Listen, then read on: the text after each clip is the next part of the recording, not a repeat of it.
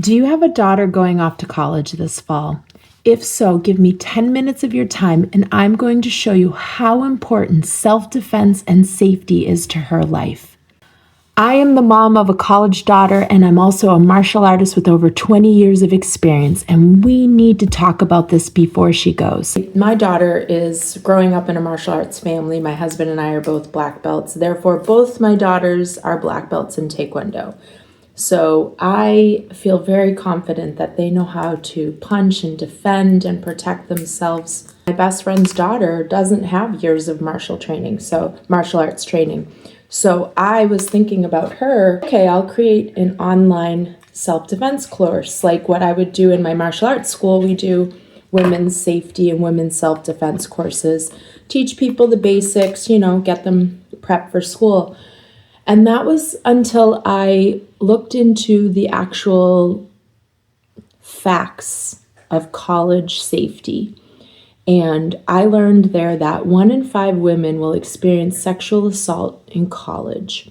80% will know their attacker, and 50% of those assaults happen in the first few weeks of college. It's called the red zone. It's a thing. Look it up if you don't believe me. And that was shocking that there was that much risk involved to being on campus. So then I started thinking, I'm like, okay, if 80% of these people knew their attacker, this isn't a random attack. Because self-defense, we talk about a random attack, right? You're being assaulted by a man in the bushes or someone grabs you in a parking garage. There's all these areas that we talk about assault. But what about the enemy from within? What about people you know? What about people in your classes? What about people that you study with? What about people in your dorm? It's not random stranger attacks.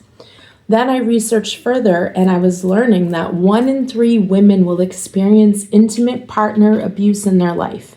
And I sat there and I looked at me and my daughters. The likelihood that myself or my 2 daughters are going to have intimate partner abuse, that's someone you know. That's why we need to prepare our girls better. I realized that my kids are trained in Taekwondo. There's safety and things and consent taught in schools, but it's taught in a health class. When you're sitting in a room surrounded by other kids, it's not a safe, comfortable zone. Or if you as a parent try to talk to your child, to your daughter about this sort of stuff, I don't know about you, but my kids shut down. My kids are like, okay, Mom, yeah, we know, we talked about this in school. I don't think consent and safety is a one class topic. I think it's longer than that. I think it needs more than that. I think they need to have time to hear something and sit and process it. So I created a program that I call Defend Her, and I created it for my daughters. Even though they have the skills, even though they have the nervous system training, even though they know how to punch, even though they know about consent, it doesn't mean they understand how and when they should use it. Now, the thing that surprised me the absolute most of doing all of this was the stories that I have received in private conversation. The stories are adult women who have held onto these stories for years and never said anything. My friends who told me that she had an assault happen in her freshman year of college, right in that red zone time I told you about, and she ended up having to move in with her RA because she was feeling suicidal, and then moved away from the state and didn't tell her parents for 20 plus years. And that's the shame and guilt and trauma that these women are carrying. We need to talk about these things. We can't just be silent, and we can't let our daughters go off unprepared into the world.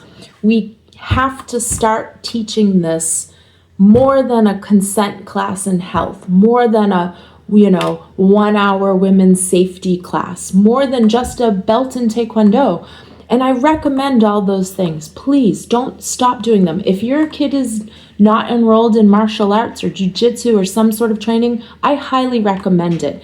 It is so beneficial. I'm not saying don't do any of those things. I'm not saying skip it, but let's add more, because what we're doing is not enough, right? If those stats and those numbers are high, that's not enough. And the advice that I get online is telling me to basically stay in my lane of, we shouldn't be teaching women how to defend themselves. Well, listen, I'm not asking women and teaching your daughters to face off with a man in a UFC fight. I'm preparing your daughters for the predator that's going to try to assault her against her will. And I'm going to give her the mental strength. I'm going to give her the awareness and alertness so she'll know to be on call for these things. I'm going to teach her the areas that she can strike to defend herself. And I'm going to prepare her for any situation. Practice makes progress, right? So we have to train your daughter differently than just a couple little lessons here and there. And think about it. I got one more. Think about it. It is like car safety, right? You wouldn't take your daughter out for a drive one time and say, all right, I taught you how to do it. Go figure it out, right? What's the likelihood of her crashing or having an issue or running over someone or sliding in bad weather? No, we stop and we teach them and we prepare them for anything. I know as a parent for driving, I gave her every tool that I could to make sure she's a safe driver. She had to take a test and study and get a permit. Then she had to go to driver's ed, which was 1 week of in-classroom stuff. Before they even do anything, they learn how to do all that before they even get a chance to go behind the wheel. And then, I don't know about you in your state or what your rules are, but my kid had to spend over 40 hours training with me driving in a vehicle so that she would be prepared for her test. Then she had her driving time. She had 12 one-hour driving times with a driving instructor, a person specifically trained in that to teach her how to drive. Then she had 6 hours of observation where she's a passenger alert in the car, listening and paying attention to what's going on. And only then is she allowed to even take the driving test. Once she does that, she could pass or fail. Right? So it's not even guaranteed that you do all those things that you will get your license. At least those are the rules in my state.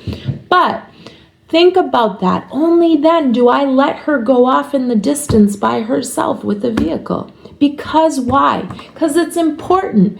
Because you can't undo a car crash. Because you can't undo an accident. Because it's so important to carefully drive a vehicle and be mindful of it that we spend so much time teaching it.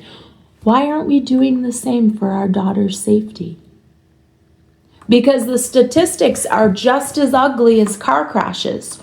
And we all know once a car crash happens, you can't undo it. You can't rewind time and say, oh, I wish that didn't happen, so let's do a do-over. And the same thing is with trauma, whether it's intimate partner abuse or college abuse or something later in their life.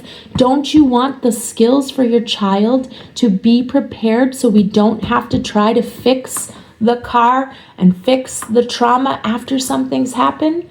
We need to be proactive about this. And that's why I created my Defender system, so you have something to do for your daughter that's more than just a consent class, that's more than a 5-minute talk about things, that's more than what we're giving them.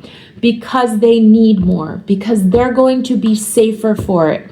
And I don't know about you, but I have never regretted the money that I spent on driver's ed. I have never regretted the time that I put in to helping my daughter be the safest driver possible. And it's not necessarily foolproof and she's going to be perfect and nothing's ever going to happen to her, but I have peace of mind knowing I did everything that I could to give her the tools to be a successful driver.